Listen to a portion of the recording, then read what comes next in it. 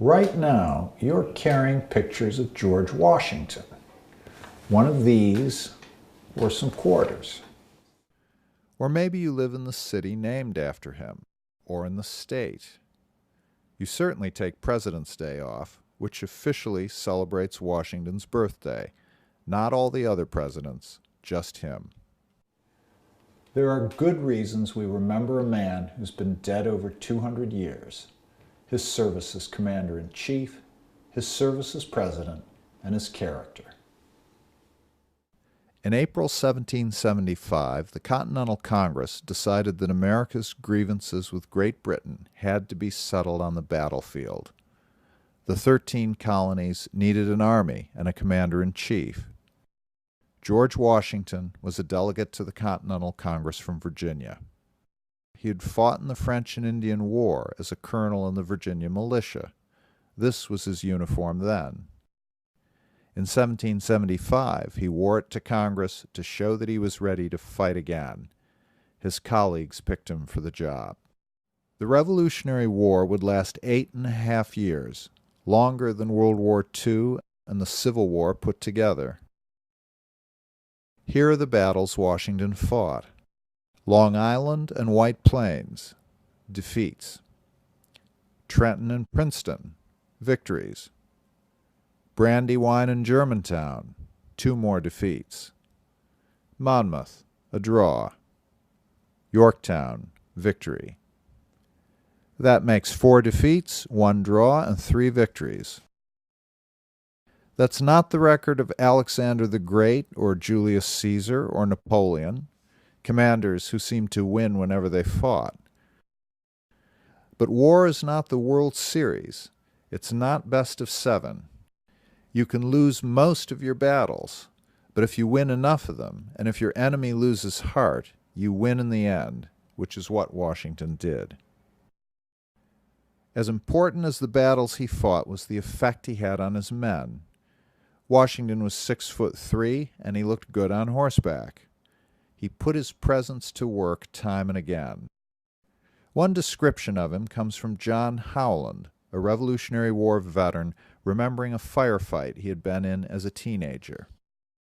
After the British lost the Battle of Trenton, Washington knew they would try to take the town back. The British showed up at dusk. John Howland described the retreat. The bridge was narrow, and our platoons were crowded into a dense and solid mass. On the far side of the bridge sat Washington on his horse. As Howland crossed, he bumped into Washington's horse in his boot. The horse stood as firm as the rider and seemed to understand that he was not to quit his post. Howland doesn't say so, but he understood it too. That brief touch told him, "My commander is here. I can do what I have to." Woody Allen said that 80% of celebrity is showing up.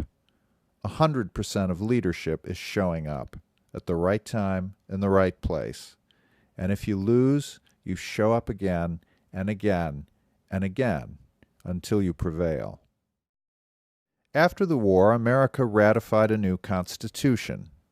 For first president, the country turned to its war hero, George Washington.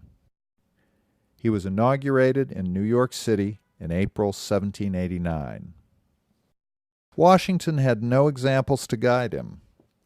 Almost every other country in the world was ruled by a monarch. The only republics in history were tiny or long gone. Everything Washington did would be brand new. His responsibilities were outlined in the Constitution, but even that was vague sometimes. Article 2, Section 2 said the President can make treaties by and with the advice and consent of the Senate. Consent was spelled out. Every treaty needed a 2/3 vote to pass. But how did a president get the Senate's advice?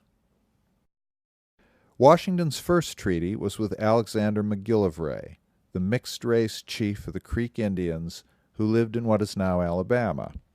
He led hundreds of warriors and had sided with Britain during the Revolution. It was important to be on his good side.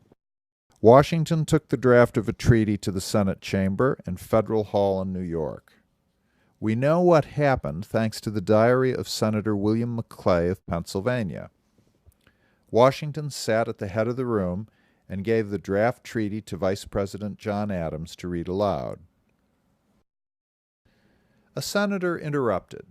There was too much noise in the street. Could we close the windows? Then another senator interrupted. This treaty refers to earlier treaties with other Indians. Could we see those treaties so we know what we were talking about? Then a third senator said, it will take too long for all of us to read those treaties. Can we give them instead to a committee, which will make a report? A fourth senator objected to committees. They gave too much power to small groups. A fifth senator said committees are used in every legislature in the world. At this point, Washington stood up and said, this defeats every purpose of my coming here. But the debate went on. On Monday, Washington came and heard the discussion to its end. But as he left the Senate, the doorkeeper overheard him say he would be damned if he ever came there again. And no president ever has. Some have asked for the Senate's written advice on treaties, others have consulted informally. But Washington learned that treaty-making is best done by the president himself. Then the Senate can vote up or down. Washington did more than shape the government. He gave America lessons in self-government. The hardest came in his second term, and it began with whiskey. Americans drank a lot of whiskey, and the new federal government taxed it. Distillers who lived on the frontier didn't like the tax and wouldn't pay it. The whiskey tax was so unpopular in western Pennsylvania that in 1794 the local militia fought a gun battle with the federal tax collector. 2 people were killed. The frontier blazed up in revolt. Washington sent 15,000 troops over the Allegheny Mountains after giving the rebels several months to cool off. In the end, there was no fighting. 2 rebels were convicted of treason. Washington pardoned them both. But Washington did more than send in the troops. He explained the principle of self-government. The whiskey rebels said they were like the American Revolution, defying an unjust tax. Washington disagreed. The American Revolution was about taxes passed for us in London. The whiskey rebels defied taxes passed by us in Congress. Washington said, if the laws are to be so trampled upon, there is an end put at one stroke to Republican government. For some other man may dislike another law and oppose it until all laws are prostrate and everyone will carve for himself. If laws are bad, then change them. And in fact, the whiskey tax was repealed 7 years later. But don't take up arms in the meantime. Freedom is not a free-for-all. What most impressed everyone who knew Washington was not his military record or his presidency, but his character. Abigail Adams, John's wife, called Washington polite, affable, modest, and wise, then said, if he was not really one of the best-intentioned men in the world, he might be a very dangerous one. Washington proved his good intentions by going home to Mount Vernon when he finished his job, and by doing it twice. In December 1783, after the Revolutionary War ended, he surrendered his military commission to Congress. In September 1796, in the home stretch of his second term, he announced that he would not run for a third. Since there were no presidential term limits then, he could have kept running for the rest of his life. But once again, he chose to go home. Why was this special? Isn't this what every American general or politician does? That's what our laws say. But laws are paper until people actually choose to follow them. Many revolutionaries since Washington made other choices. Napoleon and Hitler ruled until they lost world wars. Lenin, Stalin, and Mao died in power in bed. Fidel Castro ruled Cuba for 47 years, then gave power to his brother, Raul. The Kim family has been ruling North Korea for 63 years.